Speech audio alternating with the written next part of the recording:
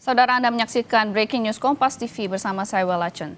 Saudara, bencana tanah longsor terjadi di Kabupaten Cilacap, Jawa Tengah pada Kamis malam.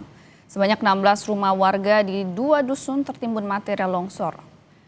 2 orang ditemukan meninggal dunia dalam peristiwa tersebut dan diduga masih ada 21 warga lainnya yang masih hilang. Saudara, sebanyak 16 rumah di Dusun Tarukan, Desa Cibenying, Kecamatan Majenang, Cilacap, Jawa Tengah tertimbun tanah longsor Kamis malam. 2 orang warga ditemukan dalam kondisi meninggal dunia, sementara 21 warga lainnya diduga masih hilang. Tim SAR gabungan BPBD Kabupaten Cilacap Kamis malam melakukan pencarian korban yang diduga tertimbun dengan peralatan sederhana. Karena tidak memungkinkan, upaya pencarian kemudian dihentikan sementara saat tengah malam. Dan pencarian korban yang diduga masih tertimbun akan dilakukan pagi hari dengan menggunakan alat berat. Prihatin ya atas musibah yang menimpa saudara-saudara kita di malam ini. Data yang ada di kita ada sekitar 16 rumah yang tertimbun, termasuk warganya 30 orang yang tertimbun, tapi alhamdulillah sudah bisa terangkat 6 orang, 5 orang selamat dan 1 orang meninggal dunia. Jadi prediksi kami ini datanya juga masih dinamis. Prediksi kami malam ini masih ada sekitar 24 orang berarti yang tertimbun di longsoran ini di 2 dusun, yaitu dusun Tarukahan sama dusun Cibuyut ya, Desa Cibenying, Kecamatan Majenang. Saya tadi sudah lapor langsung ke Pak Bupati terkait dengan kejadian ini dan beliau memerintahkan kepada kami untuk melakukan upaya maksimal. Saudara, melalui Zoom telah tergabung bersama kami pengamat tata kota Yayat Supriyatna. Selamat siang Pak Yayat. Selamat siang Mbak Wela. Ya Pak Yayat, longsor di Majenang ini kan sejauh ini masih ada 21 orang yang masih dinyatakan hilang. Sebenarnya apa sih Pak penyebab longsor yang terjadi? Sebetulnya penyebab longsor yang terjadi itu ada 4 indikator yang bisa kita ukur. Pertama, 1, kita harus pahami tentang struktur tanahnya. Baik. Kita harus tahu bahwa kondisi tanah di sana itu lebih dominan tanah liat atau tanah pasir. Jadi ada jenis-jenis tanah tertentu yang sangat rentan sekali kalau dia mengalami tekanan karena intensitas curah hujan. Jadi otomatis tanah yang memang tanah yang labil itu sangat mudah terganggu ketika ekosistemnya berubah karena ada tekanan bentang alami lainnya. Jadi misalnya kalau tanahnya kalau lihat contoh yang terjadi di Cilacap ini memang mengarah ke arah tanah. Tapi saya kira nanti tinggal bagaimana penyidikan terhadap kondisi tanah yang ada di sana.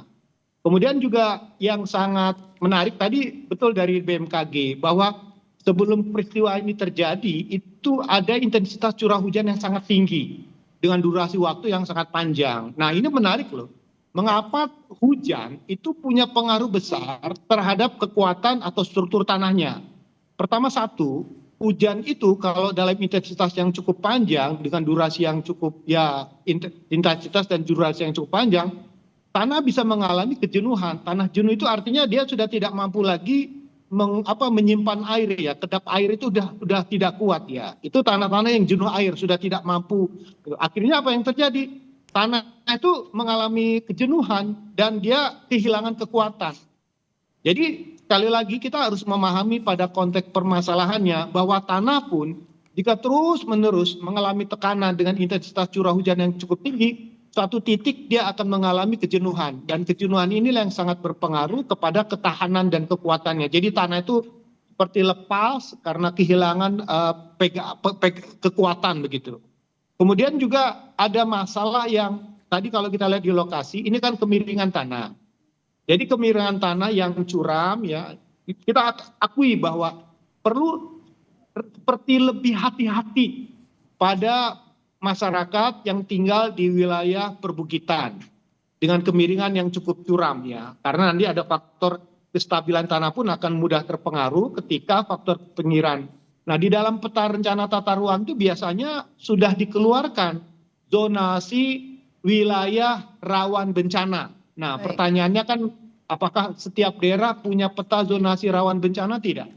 Jadi kalau misalnya peta zonasi rawan bencana ini ada, itu bisa dikonfirmasi pada saat kondisi seperti cuaca yang sedang musim hujan sedang puncak-puncaknya. Ini bisa terjadi di mana saja ya, karena faktor kemiringan itu adalah faktor yang dominan terkait mudahnya terjadi bahaya longsor. Kemudian juga ada yang menarik ya, sebetulnya ini perlu catatan. Kita selalu mendorong supaya banyak dilakukan penghijauan. Jadi ada potensi tanah itu longsor karena vegetasinya hilang berkurang. Kita ketahui bahwa dia hutan itu kemampuan untuk menahan airnya tinggi, ya. Ya. Runoff itu bisa ditahan langsung misalnya. Tapi kalau misalnya vegetasinya kurang, terus tidak ada pepohonan, otomatis akar pun tidak mampu lagi untuk menahan tanah itu.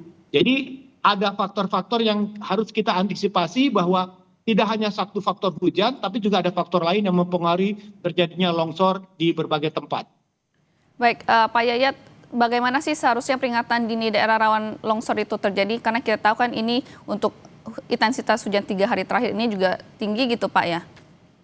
Ya, kita sebetulnya dulu pernah mengkonfirmasi, ini mohon maaf nih ya, bahwa ilmu langit kita udah cukup canggih lah. BMKG itu sudah sangat bagus.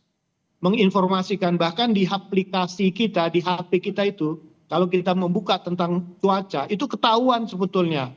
Potensi curah hujan akan terjadi ya pada satu daerah dengan intensitas tinggi atau rendah.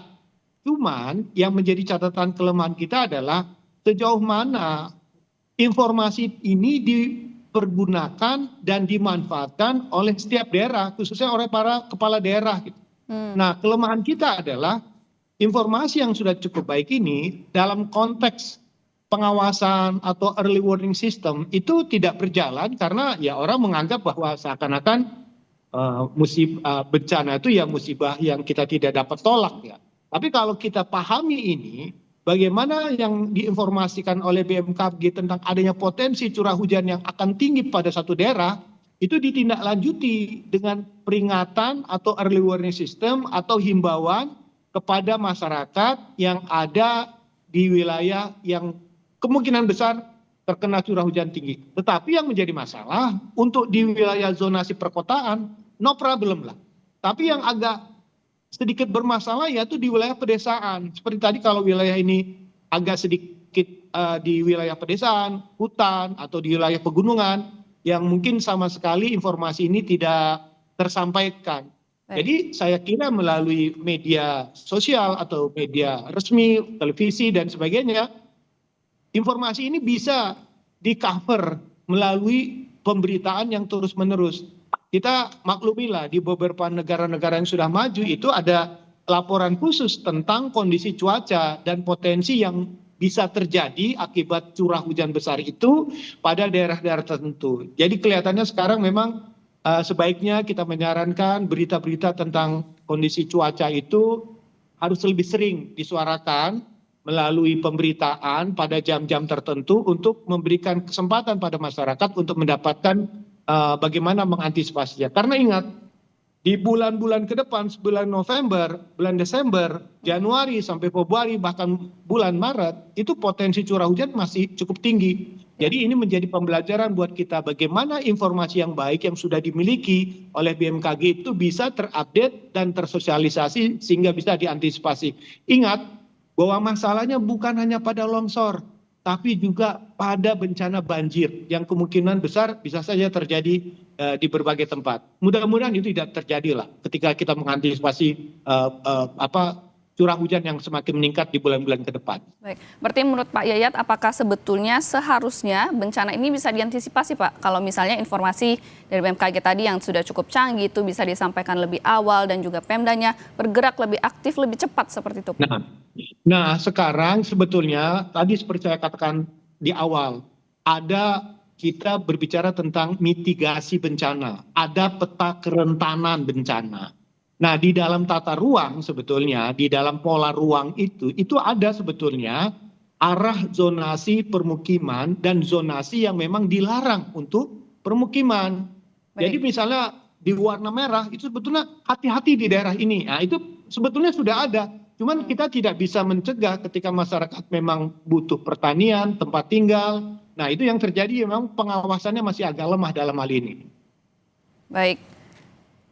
Berarti dilihat memang seharusnya ada zonasi-zonasi seperti permukiman, pertanian itu yang seharusnya itu juga ada Ya. aturannya Pak ya? Ya, betul. Dan kedua nanti memang kita akan tahu tadi seperti saya katakan tadi tentang peta kemiringan, kelerengannya, ya kan. Sebetulnya kalau misalnya informasi itu, saya yakin semua tata ruang di daerah itu sudah punya tentang persoalan yang terkait dengan kebencanaan. Yang perlu kita lakukan adalah aspek mitigasi. Yang perlu juga disosialisasikan adalah sebaiknya kita tidak bertempat tinggal di zona yang rawan bencana sehingga potensi ketika ada tekanan dari aspek intensitas curah hujan tinggi itu bisa kita siasati sehingga pencegahan di awal itu bisa dilakukan. Ini terjadi lokasinya itu di belakang bukit gitu Pak ya, seharusnya ini bisa lebih awal diantisipasi seperti itu. Ya, kita pengalaman bertahun-tahun di beberapa kasus kebencanaan yang terkait dengan longsor maupun banjir itu rata-rata di wilayah yang punya potensi curah hujan tinggi, wilayah perbukitan dengan tingkat intensitas kebencanaan cukup tinggi. Nah ini sebetulnya dari apa yang kita pernah alami ya dan kita siasati ke depan itu biasanya sudah sering terjadi di tempat-tempat seperti itu. Jadi yang perlu kita ingatkan bagaimana setiap kepala daerah sudah bisa membaca kondisi ini untuk dijadikan sebagai cara kita untuk mencegah peristiwa tidak terulang.